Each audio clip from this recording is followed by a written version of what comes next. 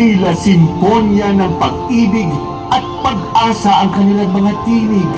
Kay sarap pakinggan. Kasama ng aking anak, sinimulan namin ang paglalakbay. Isang bituin na napakaliwanag at mas maninig kaysa alinmang bituin nasa kalangitan ang naging gabay namin. Umabot kami sa isang hamak na kwadra sa gitna ng dayali at iba't ibang mga hayop.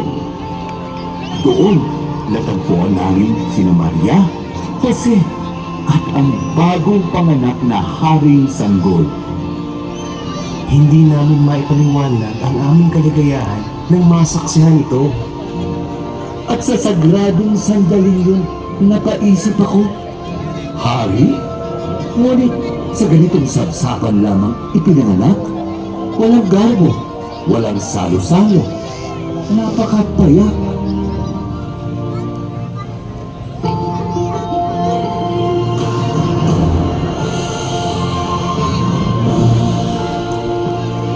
Walang salubong para sa isang hari. Mga apang pastor sa iyo'y bumati.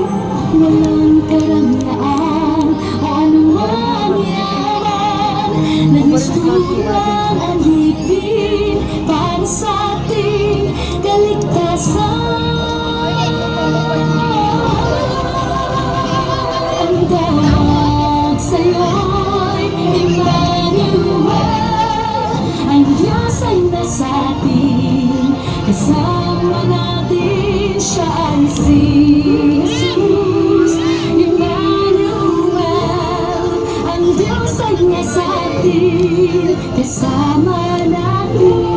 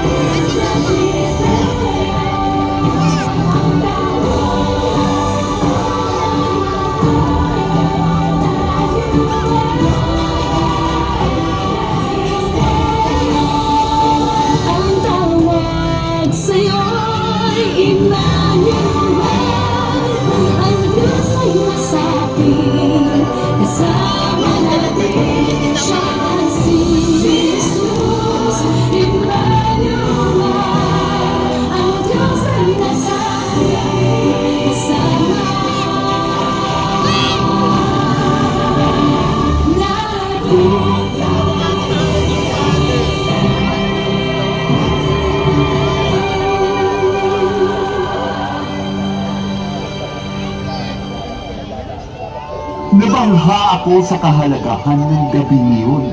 Sino ba naman kaming mga pastol upang mapiling saksi sa kapanganakan ng Kristong Hari? Aming napagtanto rin na ang paghahari ni Jesus ay tungkol sa pagpapakumbaba, pakikiramay, at walang pag-iimbot na pag-ibig at paglilingkod hanggat ang sariling buhay ay ibigay para sa kaligtasan ng lahat.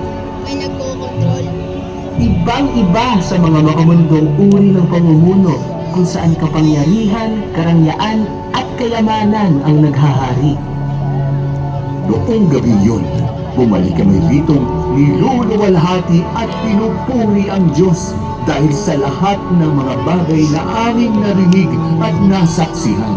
Kaya tayo'y magdiwang at magalak dahil ipinanganak si Jesus, Emmanuel, ang ating tagapagligtas. Wala man ang liwanag ng mga nagniningning na ilaw at mga bituing ito, dahil sana nating pasikatin ang tunay na diwa ng Pasko sa ating mga puso, ang paghahatid ng pag-ibig, pag-asa at kapayapaan sa kapwa.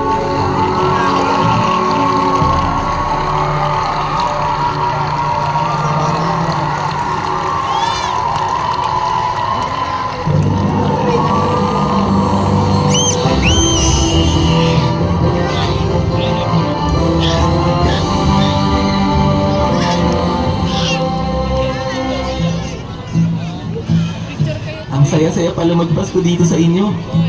The spirit of Christmas, Christmas! the spirit of Christmas is very much alive. Nakaka-proud maging taga-probinsya, Dad. I will tell all my friends to come see this side of Taguig too. Makalipas ang 9 na araw, napakarami ng napuntahan ni Zaki. Marami rin siyang natutunan tungkol sa kultura at kasaysayan ng Taguig. Naranasan din niya ang mga larong lahi at tradisyon nating mga Pilipino. At natupad din ang kahilingan ni Zaki ngayong Pasko.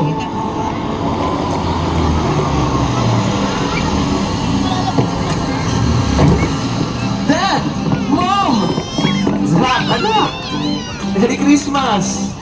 Kuya Lecture! Ate! Ella! Salamat sa pag-alaga kay Zaki, ha? Nako, wala yun. Napakasaya ni Ella at ng kanyang mga kaibigan dahil panay ang gala at kain ng mga yan dito. Ako, Tita Sandy, Tito Balti.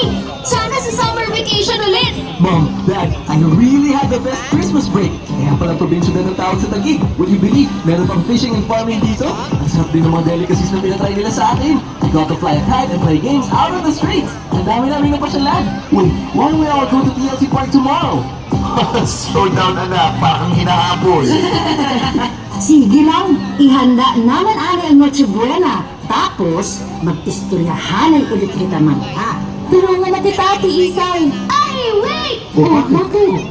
Christmas groupie muna tayo. Sige!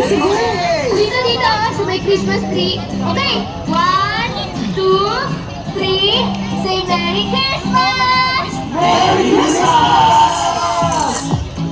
At yan ang Pasko sa Probinsiyudad.